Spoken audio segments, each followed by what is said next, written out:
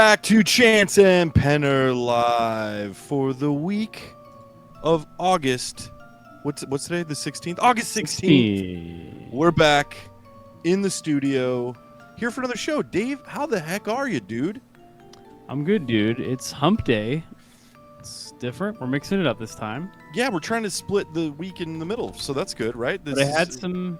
Yeah, right in the middle. I had a couple people, a group of people visit yesterday. You were also here, and yes. My dog was humping people. So that's the theme. Yeah, one of the people in the group looked at me and was like, "Do female dogs hump?" I said, "That one does." So you might have an outlier, Dave. You might have an extremely randy dog, an extremely randy bitch, as the technical term would be. Yeah. She likes to pick those that she humps. She's very selective. She's humped you, I think, once or twice. Yeah. But I mean, I welcome the hump, you know. I understand what that means in the dog world. So I take it as a complete honor, you know. I don't take offense to it at all.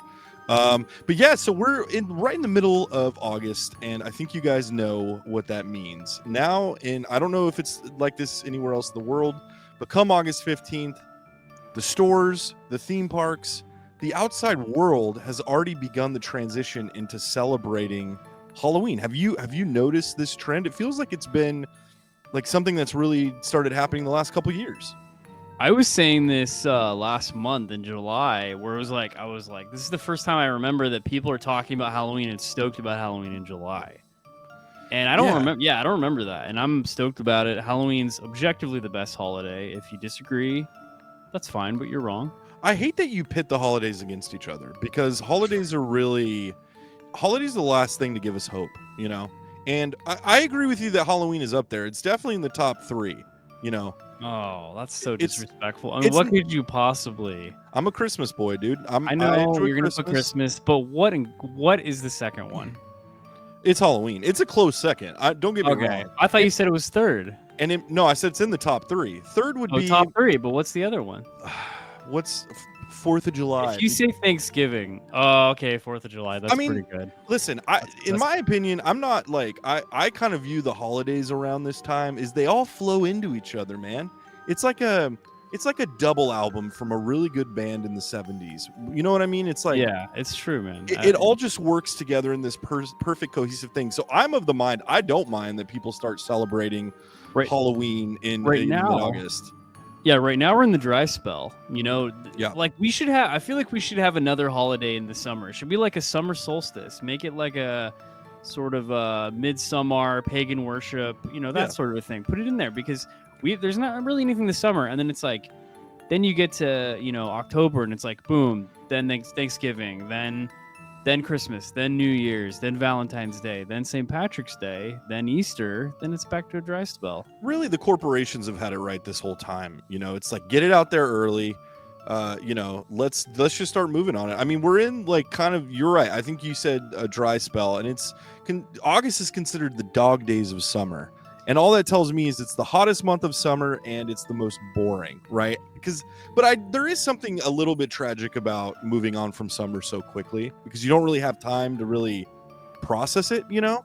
But, you know, all that being said, we here at Chance and Penner Live, and this includes producer Vince, everybody out there in the internet world, say hi to producer Vince. He's working hard, and OBS is trying to put him in an early grave. Hey. He's got no central AC, and how many degrees is it? Currently, let's see.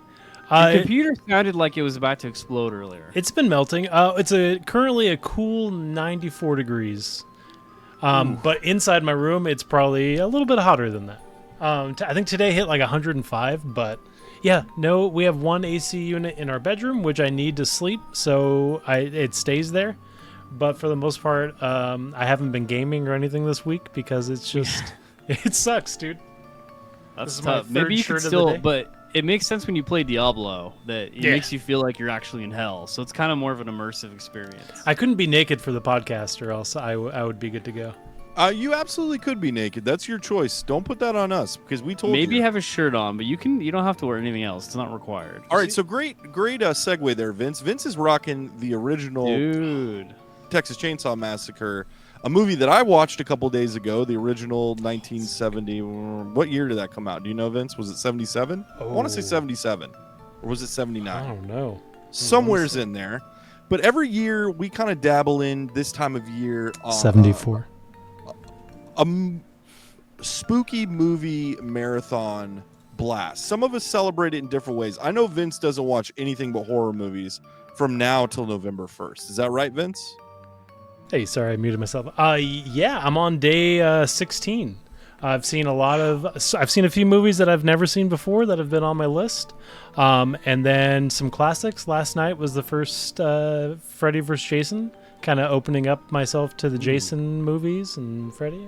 Dude, I did all that last year, and it was amazing, dude. Getting so to much Jason fun. X and just to see the arc of just where things end up is...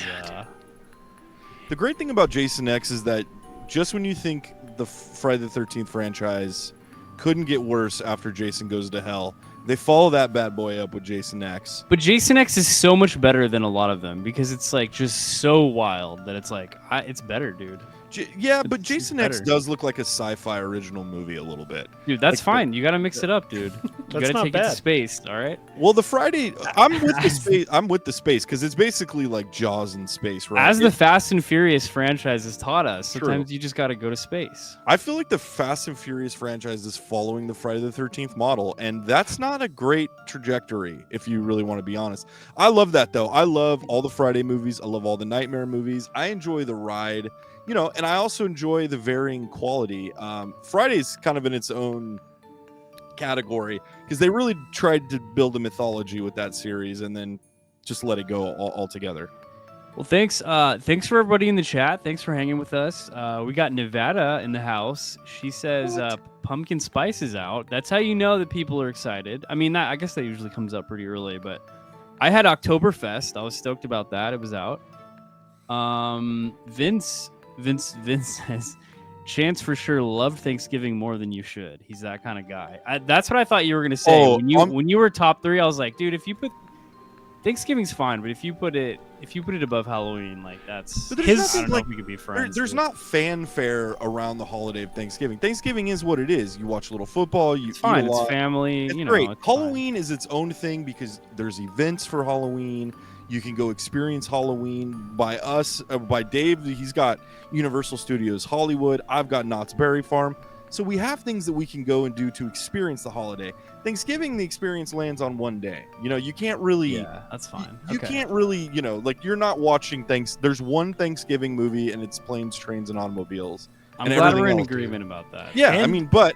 I just want to say that if Christmas if it ever encroaches on Halloween... there's going to be real problems. Dude, you've got a 2-month buffer. Why would it ever do that? It has to... I don't know. It kept on encroaching until, you know, that's fine. Whatever, November 1st, that's fine. But there's a reason everybody pisses all over Thanksgiving and they don't piss on Halloween because Halloween makes that money, dude. Spirit Halloween is already open at the nearest abandoned Sears, okay? Plus, you got Nightmare Before Christmas. It bridges the gap, you know? Exactly. That was really the start, I feel like, of the early holiday celebrating was Nightmare Before Christmas, for sure.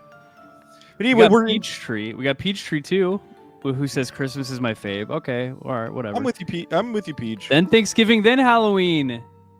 I feel oh my god. I feel like the people that are trying to be like Halloween's the best. And again, I agree that Halloween rules.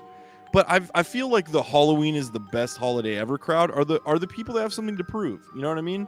I don't know. You have something to prove, and it's that Halloween's objectively the best. My spirit is dark, and I can't enjoy the finer things of life, of cheer and joy and redemption. That's fine. Positivity is great, but it tells me you don't have an imagination. That's fine. I feel attacked. I believe in Santa.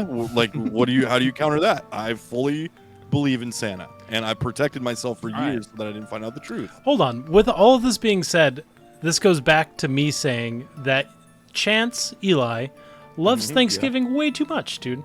And you What do you have to back that up, Vince? How many, dude, he's in it just for the Thanksgiving candles. Look at his face right now. Don't do See, That's the beauty of pumpkin spice candles. You can use them for spooky season, and you can also. We're all agreeing. See, here's the most ironic part about this conversation. We're all agreeing. All right, Thanksgiving is just a bonus. It's not something to be celebrated. I mean, sure, you can be thankful, but you should be thankful year round. Paige is just in for the food. Yeah, the food's bomb. That's fair. That's fair. If you're in for the cranberry sauce, I can't hold that against you. That's fair, but we're in the midst of HorrorFest right now. Some of us are a little bit more religious about it. Producer Vince is on day 16. We're going through and just watching horror movies. Some of the horror movies that we've loved and we watch every year. Or in my case, there's movies that I love and I watch every year. And we're also kind of branching out a little bit. We've done a little bit more international horror. Dave, this was the first year I saw Eyes Without a Face. Now I know that's a movie that is on your date. I call it the DFI, the Dave's Film Institute list. I don't know. I couldn't make that clever. But Dave's got a list of movies he would suggest. So Eyes Without a Face is one of them. So I feel like that's a good bridge and a good place to start. But we came in with 5 of our favorite, whether it be, guilty pleasure horror movies or just horror movies that are a little bit more offbeat that aren't really talked about in the same conversation as some of the classics, some of the icons. So, we thought it'd be a good idea to come in here and explore a little bit. And then through, from now through through Halloween, we can explore this idea of horror movies and what horror movies to watch. And maybe we can watch them together. Nevada in the chat, maybe you can watch along with us and come back on in a future show and participit. She's a huge Scream fan. She's she really likes what's a good, like, killer films in general. Yeah, slashers. Slashers in general. That's really her thing. So that's really my thing too. I love a good. It's really funny. I got my mom to watch Barbarian a couple of weeks ago. I didn't tell her anything about it. I was just like, it's not the kind of movie that you're gonna hate. What did your mom say? I've totally forgot that I suggested it, and then like a week later, she was like, Barbarian was just disgusting, and I was like, yeah, it is, but that's. And I was like, but it is, dude, because it's about the brutality of humankind and how dark we can go as a species. I also had Sarah watch that one, and she hates horror movies. She watches horror movies through her fingers. Yeah, I'm surprised that she watched. She loved it. It was really funny because if you've seen that movie, keep listening. If not, tune out for a second. But the scene where it transitions away from the main girl and Skarsgård and transitions to Justin Long. She turns to me at that moment and goes, I've never been so happy to see Justin Long come along and break this tension. And I was like, yeah, I know. Yeah.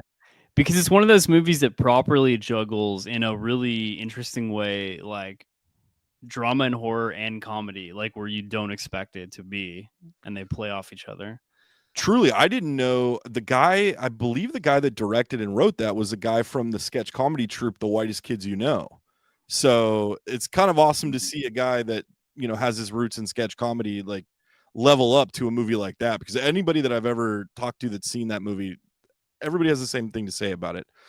But anyway, so we're going to go through our 5 suggestions of horror films. Dave, do you want to go round robin kind of like we did yesterday, and we can just bounce off one-on-one? Why don't you start? I just wanted to say that Barbarian's only a 7.0 out of 10 on IMDb, and I don't know what these people are thinking that are rating this. So really, it's about the Rotten Tomatoes audience score. Dave, is your score for that movie higher?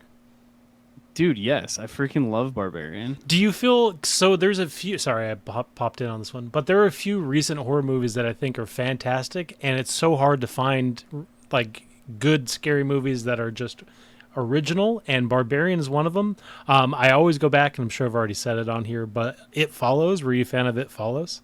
Yeah, for sure. That's another one. And then I've been bugging Eli constantly, like to the point where I think he's upset because I kept bugging him to go see that movie Talk to Me, because that's one that's on the list now. Is just I haven't seen it. Vince, you're kind of cheating right now because we're gonna go round robin, and you're kind of just throwing them off. Well, then I got the first one, and it's Talk to Me. Fantastic. I haven't seen Talk to Me, dude. I told Vince that I don't have anything against Talk to Me, and I'll see it, but I'm waiting because that's a movie that'll come out in 2 weeks on VOD. So it's not really. That recently came out. Right? Yeah. It's got great reviews. Yeah, it's in theaters right now. Definitely, I think horror movies, you get a few extra points whenever you see them in theaters, dude. You do, yeah. And that's a good one. And I saw it in an empty theater, which was pretty fucking spooky, man. Also, there's been experiences like I remember. I'll just throw out real quick. Like when I saw Annihilation from, what was that, like 5 or 6 years ago, which is wild, dude. There's like nothing quite like that movie either. I had like an interesting experience because I saw it like alone in my room in my house, like at 3 a.m. and I had like 103-degree fever. Ooh, And I was perfect. just watching it like, what? There's certain experiences like that Dude, do you remember when we saw the Hills Have Eyes remake in theaters and it was terrifying, dude? The whole audience was terrified. My God, dude. That's yeah, a that was terrifying movie. That was a little too much, dude. It's too much. It was it was a great first experience, though, for sure. Yeah, we should also mention that Vince sort of coined the horror fest that we call it, and he's the most religious about it. This year, he made horror fest shirts. He designed. I don't know if you have it. You have the artwork to show or not, Vince? But I have. Yeah, it was pretty awesome. Here, let me see. I made a few designs, and then we had to figure out which one we wanted on a shirt. I don't have any images of the shirt, but the shirt does come in this Friday, and then I'm shipping them out to you. This was. We'll wear the horror. Dude, shirt on the next show. I'm so excited. This is not the one we used for the shirt, but I did like this one, and I think Eli even kind of mentioned it has some Michael Myers vibes. Yeah. The weird cartoon guy on the left that kind of looks like a Ninja Turtle, I think is so funny and doesn't really fit. But this one's AI. Yeah, these were all AI that I made. It's some weird like they're all turtles are big right now. Just throw it in there. The great kind of looks like Deadpool though or something. It looks the great wacky. thing about these art pieces is that you could really, just by looking at them, you could form a story and a backstory for what they mean, there's I don't know, this one looks like a combination of Michael Myers and like Pigman. Like he's got his nose a little upturned, so he looks like maybe it's like a weird amalgamation of Michael Myers slasher and like Hills Have Eyes style. Yeah, dude, Michael Myers has evolved. All right, so we have this one. Oh yeah, okay. Oh, sorry. Here's another one. Ooh, I love that one. This was runner-up for almost became a T-shirt. Maybe next year we'll use this one. Maybe next year we can vote. We can have people that are on the stream vote or something. Yeah, dude. One I think is awesome. And I threw out some invites for people that wanted shirts, just because the more shirts we bought, the cheaper they were. I think we bought 4 or 5 shirts this year. If you guys want shirts next year, hit us up in the chat, and we will send that shit out. We'll see how big we can get this. We'll lose money buying in. Yeah, exactly. And then this is the design we chose for HorrorFest 2023. Yes, this is the best one, dude. It's a good one, dude. I just want to know. I want to see the guy at the very top. Like that's the horror icon of whatever movie this is for. It looks like an amalgamation of different. It looks like a little bit Evil Dead, a little bit Frankenstein. Yeah. Even looks a little bit like a rotting jack-o'-lantern. A little bit. It could be the color scheme, but especially the main guy. Then you have the inbred hillbillies at the very bottom, which always makes it scarier. There's like a MAGA guy on the left there. Oh yeah, it kind of looks a little Trump-esque. Yeah, so super great. We'll make sure when those shirts come in, we'll have to wear them. Vince, yeah, Nevada. Go ahead. No, I was just gonna say they're gonna come into Vince's house first, so he'll wear them and model them for us. He's gonna wear all of them and then ship them out to us after. I'm gonna sweat in each of them. That way you can smell it. Also, I was going to surprise you guys, but I'm going to print out each of these posters and throw them in the box too. So not only are you getting a shirt, but you're also getting some prints of these to put up on your walls, my man. Dude, what a deal. Dude, right? Hell yeah, I'll put it on my wall. You didn't even charge us very much. Well, yeah. Dude, you should sign it. I want it signed. Okay. I'll sign it. Vince's AI. Get the AI to sign it also. You gotta give credit where it's due. I gotta go get one of those silver Sharpies. Otherwise, you're gonna get canceled by the people, artists, by everybody. Canceling Marvel right now over the Secret Invasion stuff. All right, so that's Horror Fest in a nutshell. Dave, do you want to be our guinea pig in what your first suggestion is? What your first horror? If you were going to suggest a horror film, what would the first one you would suggest be? Yeah, it was really hard for me to pick. Like Eli said, like I spend a lot of time. I really like to curate stuff, whether it's like playlists or like comic Charcuterie. books or like whatever it is, charcuterie. Sure, don't know how to do that, but I have a huge list of like films in general. Like it's about 600 that I'd be like, okay, everybody should like, if you care about movies, you should see these movies like before you die, basically, and really deciding like which ones to put on there. But then yeah, there's like the subgenre of like, you know, horror, psychological thriller esque, you know, sci-fi. There's a little carryover there. So it was hard for me to pick. But you know, I mentioned we've already talked about Barbarian. I kind of mentioned like, you know, Annihilation's kind of another one that was pretty wild. The first one I'll say is one probably a lot of people haven't seen. It's not rated that high, but it's called Clown from 2014. I know Eli's seen it. Yeah. And it's directed by John Watts, which is the guy that did the Spider-Man trilogy for Tom Holland's Spider-Man, like way before that when he was like not very well known. But it's basically like the way to pitch it is like it's basically Tim Allen's Santa Claus. How, you know, he like over the course of the movie like becomes Santa. It's like the horror version of that, where somebody finds a clown costume in their attic. He tries it on, and then he can't get it off. And then slowly the clown costume is overtaking him and making him turn into an evil clown. The thing I love about that movie, one, it showcases that, and Cop Car. His Cop Car, that's his other movie. Yeah, his other big movie. Both movies are very similar in that you've got basically one location and one really concept that you're working through an hour and a half movie, but it's so compelling because this movie plays on comedy a lot too. Yeah. So it's gruesome because literally like there's scenes where you see like this old ratty clown costume is adhering to his skin and becoming basically an organ and like a amalgamation of him. Yeah, that's a great suggestion. I honestly have forgotten about about that movie. Like it sounds like film ass for me to say, but I feel like a lot of people didn't get it because they didn't really get that it was like trying to be a little bit like tongue in cheek. You know what I mean? Like there's comedy. You have to embrace that it's like pretty ridiculous. And if you don't, then you're like, oh, I don't know. This is like just weird or something. Well, it's cool because it's very true to like, what would this look like if this happened to somebody? Like, and it's not, you know, it's not over the top, but it's grounded, but it's still like, it's almost like he's like looking at the camera going like, can you guys believe this shit's happening kind of a thing? I mean, he doesn't do that, but yeah. And without giving away too many spoilers, like the third act basically takes place like at a Chuck E. Cheese, which is just like amazing. Yeah. So, yeah, so that's my first one. Great pick. I was just gonna say too, yeah, Nevada mentioned it's A24 film, which has been killing it at horror.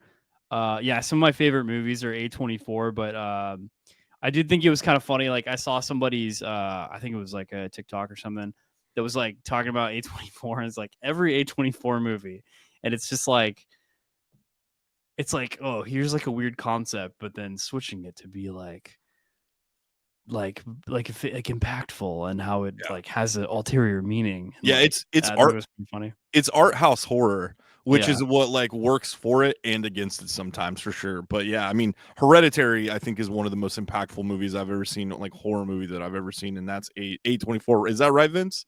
Hereditary is an A24. Yes, sir. So is Midsommar and Men. Yeah, and same director. Yeah, dude. Even what's the movie you watched today? Pearl. Men was a miss for me. For me, they have some misses. Like generally, I really love A24, but I think they have some misses. What was another? There's like, was Mother an A24? Or is that not? I don't know. I think it may have been. The Killing of a Sacred Deer was a wild wild movie. I can't say I liked it, but it was interesting. I finished it. What about that Marcel the Shell movie? Did anybody see that one? I wanted to so bad. Ray said that was great. Shout out to Ray if you're listening. Ray literally hit me up on Instagram. Was like, you got to watch this movie. Don't look at the trailer and don't look at the poster. Just watch it. Nice. Like, it's not cool. Dude, I love when people do that, dude. I get so excited. Well, that's the way that's honestly, because you were like, have you seen Barbarian? I was like, no, I haven't. And I was like, is that the one with Justin Long? And you were like, I'm not even going to fucking tell you that. Just like go see it. Yeah, and I'm glad I did. You got to go in cold, for sure. For sure. That was a great suggestion. My first one is a little bit more mainstream, but I just love this movie so much, and this is an absolute, like, the week of Halloween, I always watch this one, and it's Trick or Treat.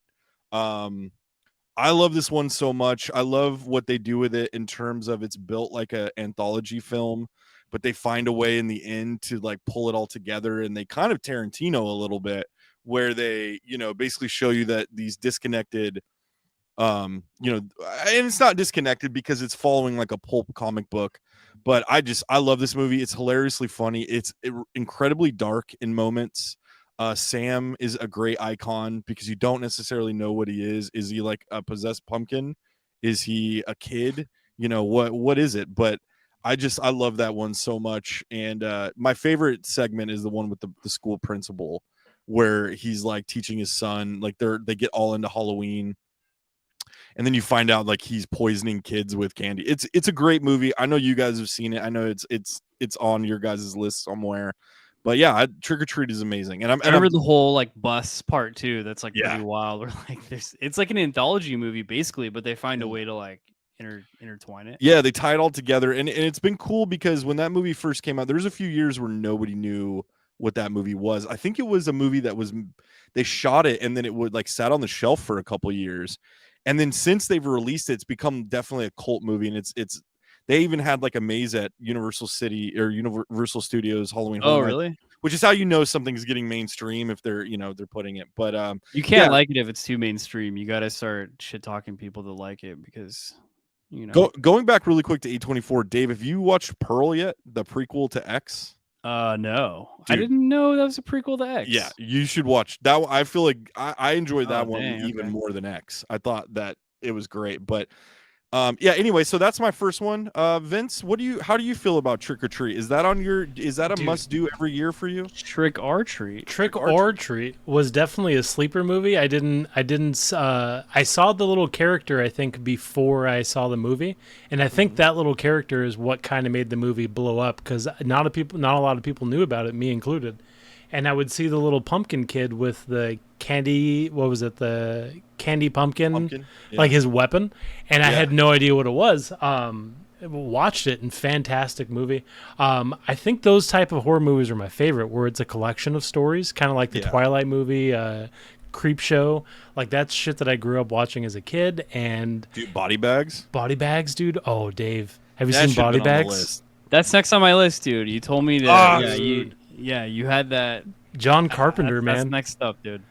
All right, well then that's a transition. Go into that. I've seen most John Carpenter movies, but so not all of them yet. If I get a vote on this, I didn't collect any movies, but Body Bags is definitely one that I would say you have to watch, especially this horror season, dude. Especially if you've never seen it.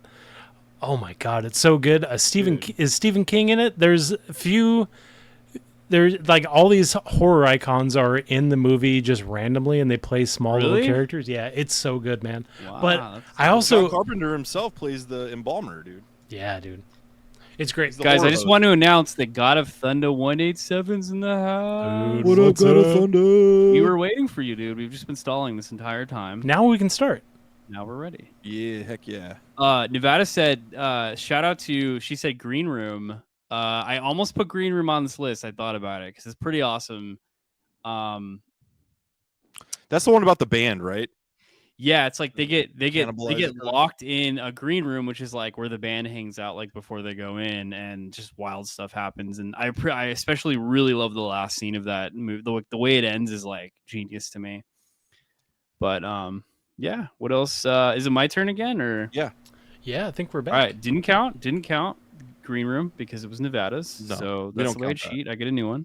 And if you're in the chat and you have suggestions too, put them in there. We'd love to talk about other other suggestions other people have. I'm trying to find as many, like I try to watch anything anybody ever recommends to me, especially horror stuff. Daner Dane's in the house too. He says watch the M. Night Shyamalan Ding Dong movie and did not care for it. The End of the World Cabin one. Yeah, you're gonna have to. Yeah, Cabin in the Woods. It better not be Cabin in the Woods you're talking about because that's spoilers. That's on my list. No, he's talking about the one with Dave Bautista where they Knock at the Cabin. Knock at the Cabin. Oh, Knock at the Cabin. Okay. Oh, that's fair then. That's fair. We That says it didn't look good. because of that, I'm gonna jump to Cabin in the Woods because I just spoiled it. It's definitely like one of my favorite, like in general, one of my favorite movies ever. Came out in 2012. It was also like delayed for a while, but Joss Whedon was a part of it, but Drew Goddard directed it. He was like a writer on Buffy and Lost, which were two of my favorite things. And to me, this movie is like just like so genius and like takes horror to like an all new level. It's really funny. It's like really interesting. Yeah, but like the marketing was tricky about this movie because it's like the cabin in the woods. It's like supposed to be really cliche, right? It's like, oh, you've seen this movie so many times, but have you? Yeah. But they also can't give it away because the whole point is like figuring out like what it actually is. Also, so I don't think it got what it deserved, but can I also make the case, or you could make the case, and I do, and I believe this to be true. You can make the case that Cabin in the Woods is the origin story for every horror movie ever made and any horror story ever told. They justify a lot of things. And I think it's Joss Whedon and Drew Goddard in their prime. So how do you get much better than that? I think that's the genius of the movie, is that you're watching it and you're trying to figure out what's going on, because there are some twists where you're like, wait, what the fuck? But then there's it's some twists, dude. And the end result of the movie is pretty wacky idea, but it encases all of horror movies and like everything that's ever happened in one movie that I don't think any movie has ever tried to do before. The ending is wild too. Like, and I want a sequel, dude. Oh man. And it's hilariously funny. It is a straight up comedy. Like there's not a movie you can point to that's a horror comedy better than Cabin in the Woods. I don't know, man. Evil Dead 2? I mean, sure. Yeah, I'm not saying I'm being a little bit facetious. There's definitely other horror comedies, but Cabin in the Woods just balances that out so well. And when you're genre bending like that, you know, because with Evil Dead, there's like, I kind of want them to pick a lane a little bit. I love those movies and they're great, but there's part of me that's like, pick a lane, because I don't really know what you're trying to do. But Cabin in the Woods is like, this is it. I mean, Army of Darkness is like would you call that the most wild, Vince? You're the Evil Dead expert. I think so. I love Army of Darkness so much. Or the most comedic, I think, for sure, right? Oh yeah. It's so fun. As like that whole series of movies are so strange to me, because you have the first one that was so low budget and was like actually a pretty creepy movie. It didn't really have too much humor in it. Then they redid the movie completely with humor and a bigger budget, which I've never seen a movie make the same movie again, like verbatim. And it was fantastic. And then Army of Darkness is just the same base character, and then just the most wild concept ever that has time travel. And Army of Darkness like is the perfect prototype for how you do a sequel. Like, you have the remaining lead character, but then you take him and put him in a completely different place. That's the same themes as the other movies that you've done, but it's Renaissance, or it's the medieval. Yeah, I think Army of Darkness is my favorite of that trilogy. Same. Dude, is that true, Dane or Dane? I didn't realize that. They made number 2. They made Evil Dead 2 because they didn't have the rights to the first movie. That's wild. He's dropping facts. So he just made it with his own ownership. That's so crazy. How was he even able to call it Evil Dead?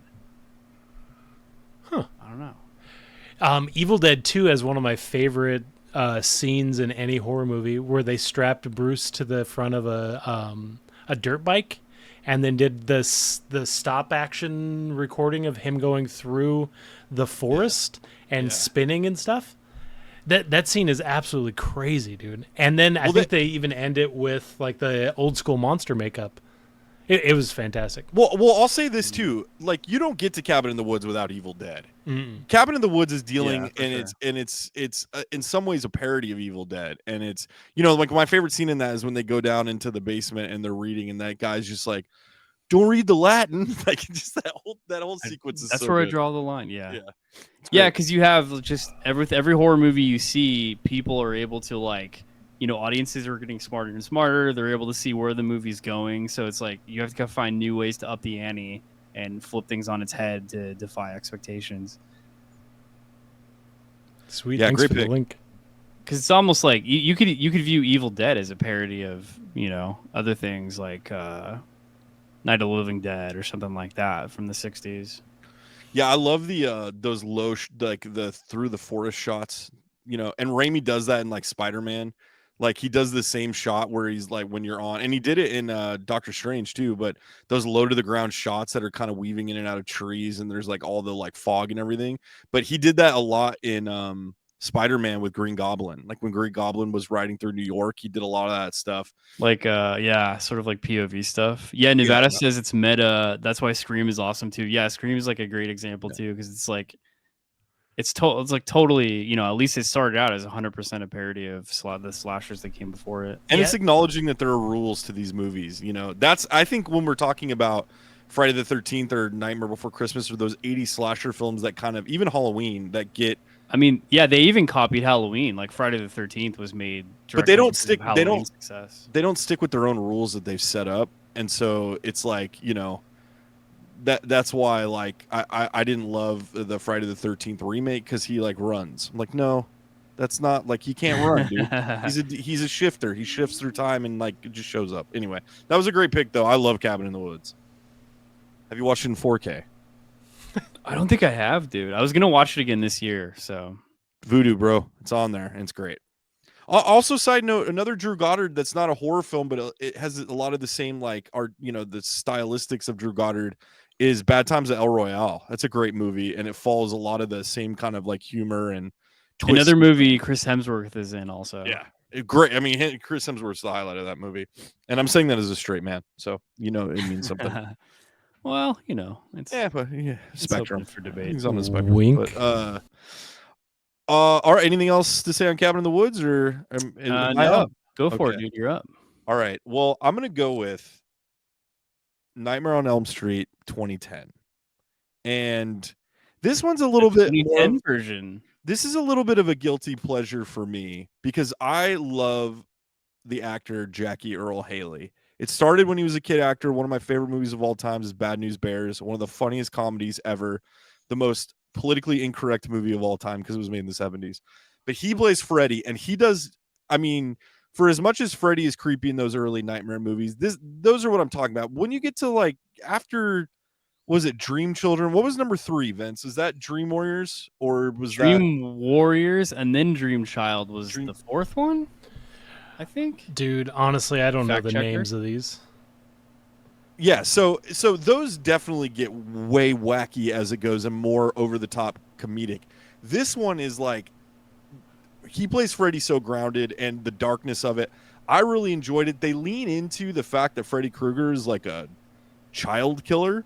So it adds to like the overall, like there's not a redeeming quality to Freddy like there is in those other movies. He's a pedo slasher. He's a pedo slasher. But Jackie Earle Haley like studied with people, burn victims, because I guess when people like when you get lit on fire, like it burns your vocal cords and it distorts the way your voice sounds. So all the stuff he's doing in that, he's emulating and he's taking it like this really grounded approach. But that movie got completely panned, and I understand it because Freddy Krueger's a character that's hard to reboot with a different actor. But being the Jackie Earle Haley fan I really enjoy this movie, and it always creeps me out every time I watch it. He was a great pick though. Like it really, like when Watchmen came out and he was Dane was saying he was Rorschach. Like, he was Rorschach. Like he was so good in that, and like I thought for sure he'd end up like bigger than he is. Like I don't know. Like I was hearing, like I worked with somebody who was like he was on a different movie with him, like some indie movie. So I know he's doing some stuff. Well, he does. He lives in Texas and just like directs commercials. And then if somebody asks him to be in a movie, he does a movie. I saw a trailer for a new Nick Cage movie coming out that he's actually in. And I turned to Sarah and I said, I'll like, I'm kind of at the stage of my life where the Nick Cage aspect of what, like, ironic watch, ironic laugh. I'm like, we've kind of jumped the shark with the Nick Cage thing. But I was like, I'll see it because he's in it, and everything he does is great. I love it. I love it. So give that one, if you haven't given that one a try, give it a try. It's a different Nightmare movie. Vince, have you seen Nightmare on Elm Street with him? Yeah, dude, I think we saw that one together. I saw that one by myself in the Kerkorian Theater. I was the only one in the theater. I remember it, dude. I'll always remember that movie because it genuinely creeped me out, and the fact that nobody was in there. We might have gone and seen it after that. I don't know. Maybe because I remember going to the Kokorian to see it with you, and I remember walking out and talking about how, like the pedophile aspect of the movies prior to that were always there, but they weren't spelled out as much as that movie. Sure. And after leaving that movie, I was like, "Oh man, he's like a super pedophile in this movie." Like they just straight out said it. Double pedo. Yeah, dude. Super pedo. Super pedo. All right, that's fair. Which I wonder if that's what killed the movie, because it was like it was a bit much. Like, oh no, I'll tell you what killed the movie. Michael Bay produced it. That's what killed the movie. He did that and the Friday reboot with Platinum Dunes, and it killed it because they didn't really have anywhere to go, and it didn't really need an a odd sequel. choice, dude. Yeah, it didn't really need a sequel. It was a big budget horror film, which always kind of lacks something. yeah. All right, cool. Dave, what do you got next? This is a good group so far, guys. These are some good combos, dude. I'm gonna go with so my third one. I'm gonna go with something wild, and I sort of forced this movie on Eli also. Meet the Feebles from 1989. Directed by Peter Jackson, dude. If you haven't seen this movie, it's wild. It is if you picture like the Muppets, if they're from like an evil hell dimension, there's just nothing else like it. And I believe last time that I think the last time we watched it, it was while we were partaking in a certain substance, and I remember like it just being like one of those movies that you're like, what's happening? Like, it's like a mix between like just the most just effed up things you've ever seen, and like, but also sort of a like smart social commentary. But I was just like watching like when we were watching. I was just watching my wife's face watch it, and she was just like this, and she was just like it just ended, and she was like, that was a masterpiece. And I think even Peter Jackson, I think that his wife wrote it, and it was like one of his first movies. So, and I think when he got his Oscar for Lord of the Rings, I'm pretty sure he walked up on stage and he was like, so not Meet the Feebles? Dude. He kind of gave it like a shout out. But have you seen that, Vince? I was just looking at it right now. It looks super familiar. I don't know if I saw it with you guys. I think Vince was at the house when we watched it. I think I was maybe there because I'm looking at You might have been in costumes. another dimension though. Dude. I'm kind of with Nevada though. This is your horror category? No, I get it. I was just about to say, dude. I like this as a suggestion for horror. And you can only understand how it could be associated with horror if you actually watch it. Okay. Yeah, there's some wild... Horror is different. Like, horror doesn't mean slasher or gore. Horror can mean all kinds of different things. There's mass killings in the movie. Okay. Yeah. I'll say that. And like, blood is the least of your worries in Meet the Feebles in terms of bodily fluid, Yeah, for sure. That's great. That's a great suggestion. Paige wants to know if she was there too. I think Paige may have been there.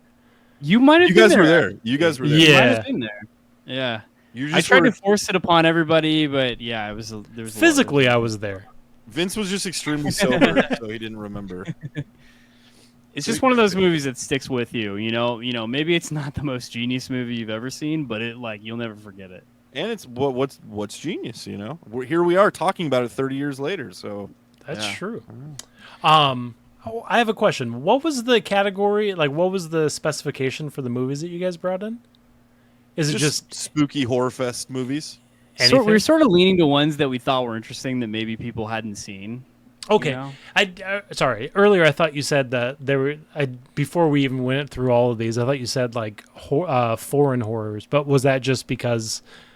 Never. I think that was a past conversation. No, I was just saying that like for HorrorFest this year, we've kind of branched out and done more like started watching more like horror, and by that I mean 2 movies so far. Okay. So. In my mind, I was like, wait a minute, none of these are like foreign. I said too. Like in my mind, I kind of place in that category like horror, but also you could have like psychological thriller. I sometimes like overlap with it too because it's all like mind bendy. If it's like dark, mind bendy, if it's like making you question your existence and For sure. being scared of that existence, I feel like it kind of fits together. For sure, because even like science fiction, like I'll throw those in the horror fest because although they won't be classic, sure. a lot of them, like even Annihilation, I wouldn't classify that as a horror movie, but I would throw it in the lump of like, I don't know, man. It's dude, got some horror elements, dude. It's like dude, watching that movie is like watching a literal nightmare. Like the second half of it, you're just like, dude, I almost put it on the other day because I remember seeing it in theaters, and I remember not liking it as much as I thought I was going to. But that was another movie that Dave was like, you got to go see and don't look any like. I didn't even watch a trailer for that movie. I just went into it like, what's this Natalie Portman movie? and that movie bombed so hard too. Like no one saw it. I felt That like was whenever- Nevada says Alien also. That's a great example of like a sci-fi horror. Oh, that one's for sure a horror movie, though, dude. Yeah. Also, me and Dane were talking about it. Probably the strongest, in my opinion, the strongest female lead action star of all time, dude. In my opinion, I absolutely think so. Natalie Portman in No. Padme Amidala, dude, really? Dude, Padme. No, Sigourney Weaver, dude, in Alien and Aliens, the whole franchise. Dude, Sarah minus Connor, though. 3. Sarah Connor. Yeah, no, they're both up there, dude. And Dude, it's Captain Marvel, Brie Larson. Come on. the '80s. They had a lot of. But the There conversation were some we were strong characters Yeah. back before, the Before conversation they we marketed were it that way. dude, that was the thing. That was the conversation we're having. Is like it wasn't marketed as like, look at this female lead character. It was more so like, look at this badass fucking lead character that Dude, I've is never a female. in my entire life gone into a movie and been like, I'm not gonna like this because it's a female lead. and No, she's never, just dude. strong. I'm like, no, it's this. and also, it dude, female? I'll throw out. I always think of like movies that are like so good at being feminist, like without trying at all. Like I thought A Quiet Place was like in that category, dude, where it's just like realistic. You have like a pregnant woman as like one of the protagonists. Like it was just so good. Dude, a great feminist icon movie, Laurie Strode in 2018 Halloween, and then they walked it back in the sequels. Dude. That first Halloween movie, or the second one technically, from 2018 is just like, is so badass. It's so badass because like the premise is like she's been training this whole time. That's what made me go like, oh, I don't care if they don't include any of the other movies as canon, because the idea that she is like waiting for this war with Michael Myers and like she secluded herself and trained herself in weapons and created I loved it. She Kevin McAllistered that shit, dude. Which movie? What was it? Which one was that? Halloween from 2018. Oh the yeah. sequel. It's kind of a shame that like the sequels weren't as well received, I guess. It's because I love the first one, dude. They followed too. up with that one with her being like, "Oh, I'm scared. I No, can't she's do in the anything." hospital the entire time. Yeah, She has literally no the whole role. movie she's in the hospital, and I'm then like, And the third one, then she's like, I'm going to try to be a good grandma. And it's just like, what? Like, your daughter just died.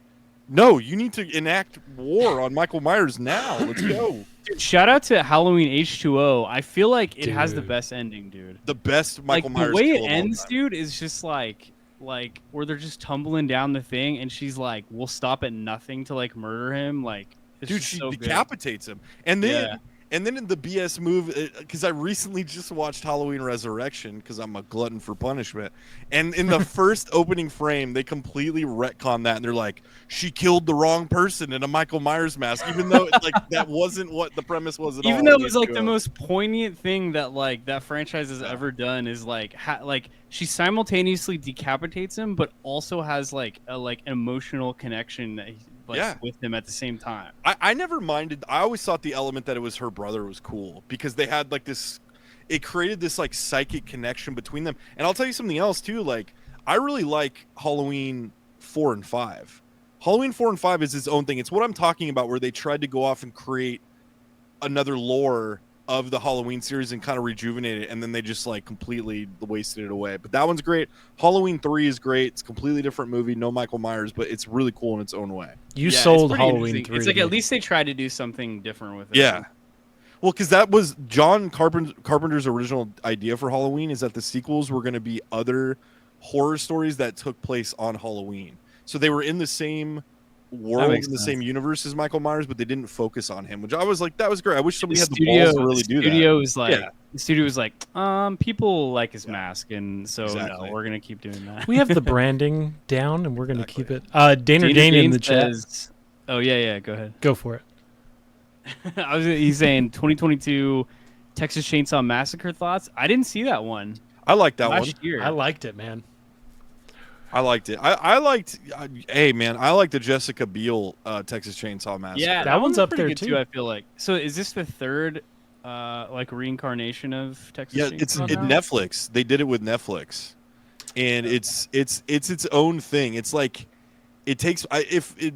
Dana Dane, correct me if I'm wrong. Seems like you're more like current with this movie than I was, but I think it vaguely had something to do with the sheriff of the town from the original Nightmare or the original Texas Chainsaws. Like it was kind of loosely based, not loosely based. It was kind of similar to Halloween 2018 in that way, where it was like the sheriff character from the first one was still in this town and Leatherface was still there, and she basically faces off Western style in this town against Leatherface. So it was an entertaining movie. It followed a little close to Halloween 2018, but I'm sure that was just a happenstance. Yeah. I think you're pretty right on the concept of it. I think what it is like people from this town took in Leatherface after everything that happened, and they were just kind of like, all right, well, he's older now, he's fine, just let him live his life. We have him contained. Dude, that's awesome. And then spoilers, but then he's done his time, guys. Yeah. Well, then the city's bought out by these young kids that come in, and they're going to try to like redo the town to make it their own thing, and then they accidentally fuck with the old lady that has Leatherface in check, and then shit just goes wild. And that's pretty awesome. Dude, I'm gonna rewatch that. Dude, it's after Dana Dane watched it and he told me, I was like, damn, I gotta watch that again, because it has some fucking visually stunning scenes in it, some crazy kills, dude. The bus scene is just absolute mayhem.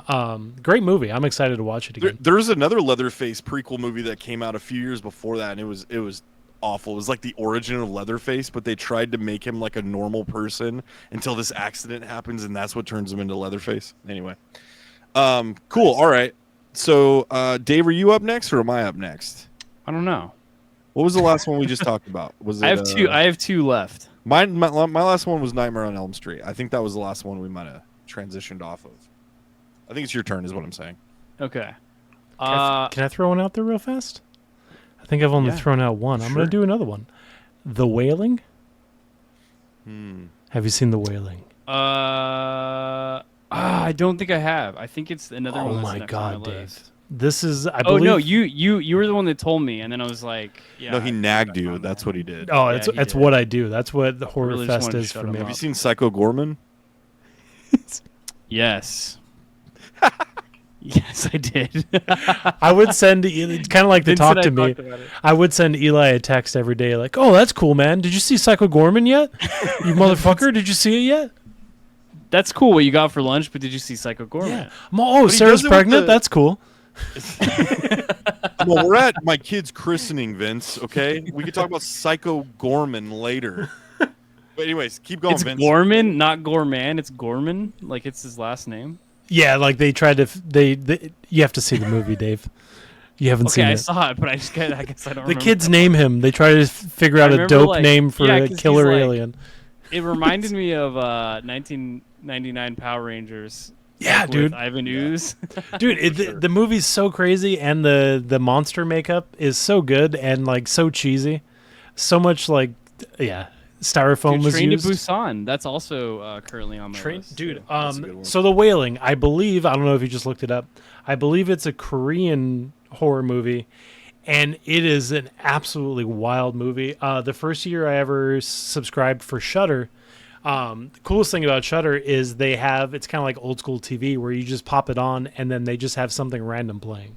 So it just so happened that I turned it on right as The Wailing was starting. And I was like, oh, okay, I've never heard of this movie. Fuck it, let's watch it. And read the subtitles, watched the entire movie, and was blown away. And it was my favorite horror movie of that season, dude. Dang, it's nice. absolutely crazy. I don't want to give anything away. It's one of those that you just have to watch because I was taken back by it. It was fantastic. and the fact that you have to watch and read the subtitles gets you so into the story, and you like phones away because you can't really pay attention if you're looking anywhere else other than the screen. You got to see that movie, dude. It's fantastic. Another good Korean movie in that category is Old Boy. I still haven't seen it, dude. But yeah, it's pretty. I can't really say anything about it either. But right, I've heard it's great. Too. I've heard that the American version is nothing close to the original. I haven't seen an American version. I don't think I would attempt to watch it. Yeah, it was with dude. It was with Josh Brolin and Elizabeth. Oh, really? Olsen, yeah. Oh shit. And he got panned hard, dude. That's an uphill battle, dude. To do a remake of a European or an Asian movie, like that's an uphill battle, dude. Well, European's fine because most of that's overrated. So I want to see the McDonald's version of that. The McDonald's version. Speaking of, okay, so for mine, I'll go with speaking of sort of we're talking about sci-fi. I have kind of a interesting one on my list that's sci-fi. It's really kind of like the most grounded sci-fi like you'll ever see, and like the budget was just the smallest budget ever. But it's called Primer from 2004, and it's a time travel movie. But they try to be as like absolutely accurate as possible about like how time travel could be achieved and like what would actually happen. Interesting. And like really like utilizing like string theory. And it's like wild. It's not like I'm not gonna say it's a good movie. Like there's obvious problems with it, but like the brains like behind it is like so interesting. Like, and it's like so different, like the way it's told than like any other movie. It just makes you like really think of things differently, like as far as like what that would do, like what actual like time travel like could do, like the ramifications of it, and like to like a person's mind, and like yeah. And the time travel, it's not like a fancy machine or like a sci-fi thing or whatever. It's literally like made out of a cardboard box. But these guys like found a way to like figure it out, and they're the only ones that know about it. So that's my pitch. Nice. I've never heard of that movie. That looks dope. All right. Well, I guess we should probably keep it moving. The next one that I am going to suggest is one of my a couple Halloweens ago I found it. It is the 2016 movie, the Anna Biller classic, The Love Witch. And this movie completely took me. It was very similar to the experience you had with the Wailing, Vince, where I sat down and I was like, this looks interesting. I turned it on and I thought for an hour of this movie, I thought I was watching a movie from the 1960s. And it's very much stylized in, that 60s kind of Roman Polanski, really saturated color scheme.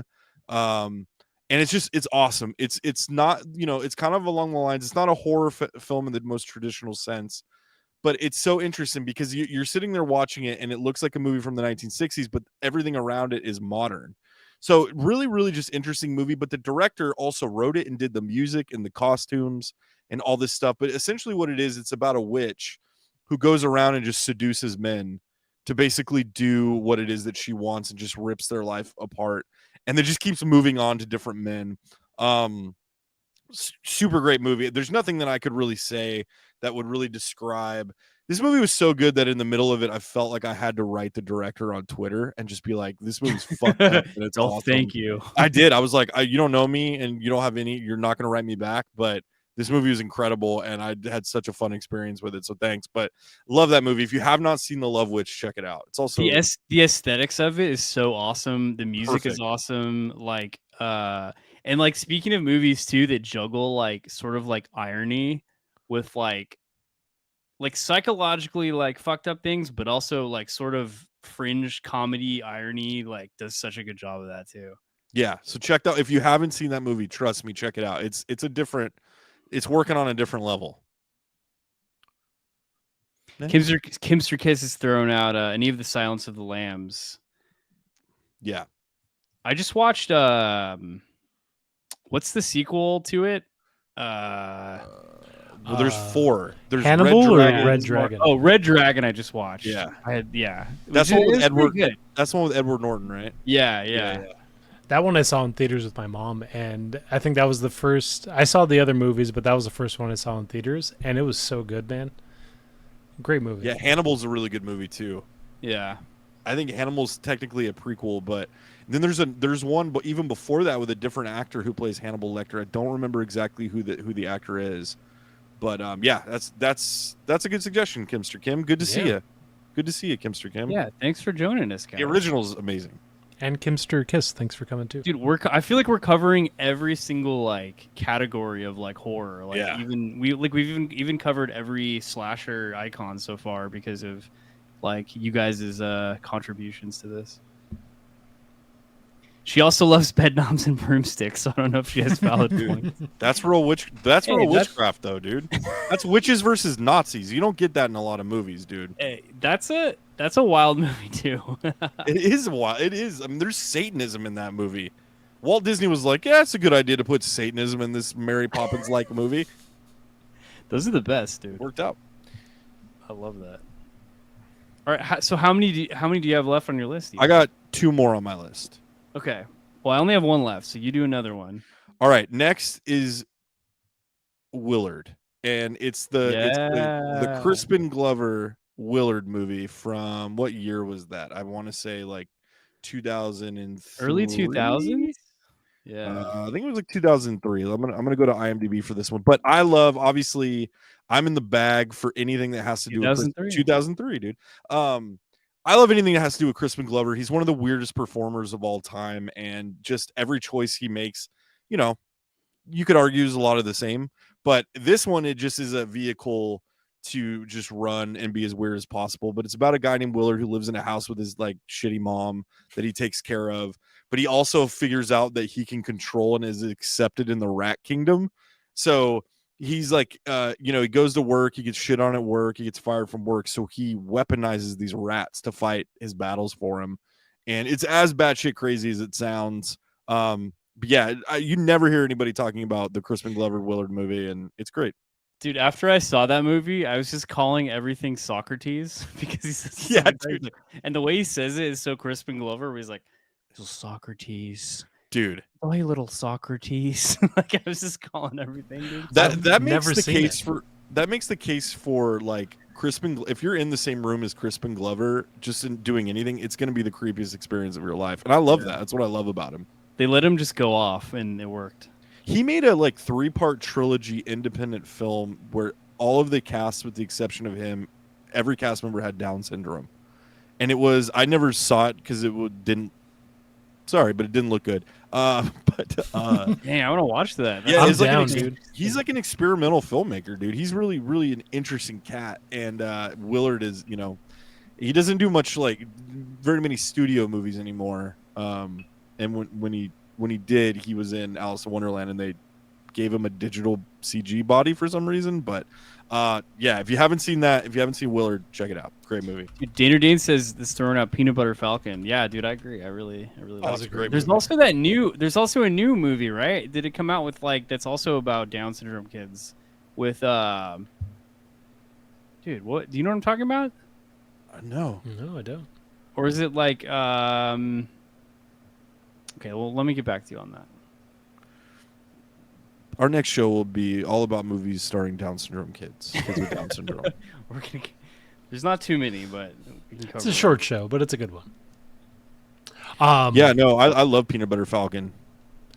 Dave, dude, it's with Woody Harrelson. Oh yeah, right? yeah. The new one? Are they autistic kids, or are they specifically Down syndrome? I couldn't remember. I think it's like special needs. But they're like playing basketball or something, right? Yeah, they're like yeah. in a league. Yeah, comedy one where they're Champions. sports? Yeah. Maybe it's just special needs kids. I heard him say that's the best movie he's ever done. So take it from Woody Harrelson, man. I mean, you kind of have to say that, but also maybe. Yeah. I don't know. I've never heard of that one. Movies. Dave, I have a horror movie that I don't think was on your list. Have you ever seen The People Under the Stairs? Dude, that's on my voodoo list too. Is it on there? Yeah, I haven't watched it yet though. Dude. Wait, I think I started watching it.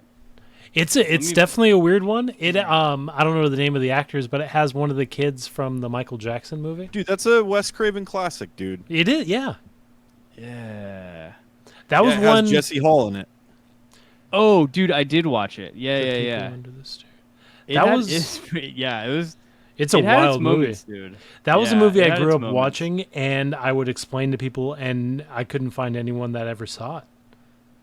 Yeah, it's weird because it's all like they're trying to break into this guy's house, and it's like all about like it's another movie that like I'm not gonna say it's good, but like it was like an interesting experience watching.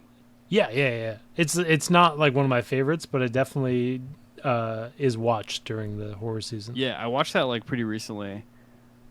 All right, cool. So I got one more left. And I almost went with The Thing because The Thing's one of my favorite movies ever. We were talking about John Carpenter. It's, a masterpiece. But instead I'm going to go with The Fly, which is awesome. A lot of people have seen it, but it's one of Jeff Goldblum's earlier movies. Cronenberg? And, David Cronenberg, and it's just like so awesome. It's another one where kind of like it's like a little bit funny in how wild it is, but like just seeing this dude just story about a dude slowly transforming into a fly, and it's it gets crazy towards the end too, because you're like, there's a point where he's like, the quote is like, "I was a fly that once dreamt I was a man," like towards the end, and you're like, oh my god. That's one of my favorite movies, Dave. The monster makeup when he like is transitioning into a fly gets so creepy. Yeah, dude, that it gets movie real. is Yeah, fantastic. And he's like on the walls and stuff. Yeah. It's pretty crazy. It's like pretty. There's no other movie like that. Have you ever seen the original black and white? I don't think I have. With Vincent Price. What year was that? Is that like I think 50s? 50 something, dude. But it has like the ending is like one of the most iconic endings where he is a fly at the very end, and the movie ends with him just screaming, "Help me! Help me!" And he's a fly stuck in a spider web, dude. And it's such a wild movie. Dude, they for the black and white one, they did a really good job of like the way that they filmed it is the first scene of the movie is the ending of the movie. So then you're like, oh wait, what the fuck's going on? And then it goes back and kind of it's like storytelling. They're telling the story of what you just witnessed, and it's so good, man. I love that movie so much. Nice. They made a second Fly movie, I think, after Goldblum's version. Oh, did they? And I don't think I ever saw that. It's called Flies. It models after Aliens, but it didn't. Yeah. It wasn't directed by James Cameron. So. James Cameron wasn't involved at all. All right. Well, running with the theme of John Carpenter, my last movie is a movie called In the Mouth of Madness. And it's not really a movie that gets talked about a lot with John Carpenter, obviously. And admittedly, there are better John Carpenter movies and classics. But this one is so weird. It stars Sam Neill, and he plays an insurance investigator who has to investigate a horror writer goes missing. And so everybody thinks it's like he's trying to like scam the insurance company. So Sam Neill, who's this insurance investigator, has to go to this town to investigate his disappearance. And in that, he starts like becoming a character in this guy's book. And all of the characters, the horror characters from this guy's book, and the literal like, it's kind of taken off of Stephen King a little bit. So like he goes to this town, and the town's not real. It's a town that was created, that he created for his books and the universe of his books. Super good movie. It just like starts super grounded and just kind of devolves into this crazy nightmare, hellish scenario. Really good movie. Not talked about, when you're putting it up against something like They Live or The Thing or Halloween or, any of those movies, it doesn't get talked about as much. But if you're looking for a movie to watch, I would definitely suggest In the Mouth of Madness. I mean, Sam Neill, enough said. Sam Neill is awesome. Nice. No dinosaurs, though. No dinosaurs. And that is on my list, too. Yeah, I think you'll dig it. And then I have one honorable mention, which is the Banana Splits movie, which is just basically Five Nights at Freddy's, but it's with the characters from the 1960s show Banana Splits. And it's like they're killing people. It's pretty hilarious. Nice. That's a newer movie, right? Yeah, it's from a couple years ago. Banana Splits. All right. Well, anybody else in the chat have any other suggestions? Let us know. But that's all I got. That's I mean, we could obviously go on for days, and the cool thing about the chat too is you guys all we all feel the same way. We could talk about horror movies, till Kingdom Comes. But it's a good list. And dude. Vince is going to be anytime you guys come in the chat in the future. Vince is going to be hounding you to see Psycho Gorman. Or talk. Really passionate about it. Hey, have you guys heard of the movie Talk to Me? It's in theaters right now. Eli definitely has to go see it. I heard it was good, man. It's a good one, dude. They're already making Vince, the second. You just want me to be possessed, dude. That's all you're trying to accomplish here. I just want you to step out of your safety blanket, and I want you to see some shit that scares you. It's not really safety blanket as much as it just is. All those movies are so tropey, dude. But whatever. Once you've seen 12 movies about being possessed, you become possessed. I get it. Like they're possessed, and somebody's got to remove the possession. Listen, I'm with you on this one or on that, but this is not that. This is not that at all, dude. All right, dude. It is creepy.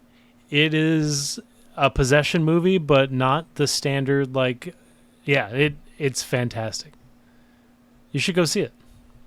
Thanks for the support, Peachtree. She said she likes talking to us, hearing us talk about movies and talking to us about movies. That's awesome. Yeah, thanks to everybody in the chat. Thanks for stopping by. We had some tech issues at the top, still kind of ironing that stuff out. But hey, man, we'll have to revisit some of these. And I think as kind of the season, just to kind of celebrate, because we all are big fans of Halloween. Later on, we'll talk about our favorite Thanksgiving movies. There's going to be 2. I would love to do our top 2 Thanksgiving movies. I would love to do a supplementary show where we go back. We did one episode where we watched Unsolved Mysteries and add our commentary.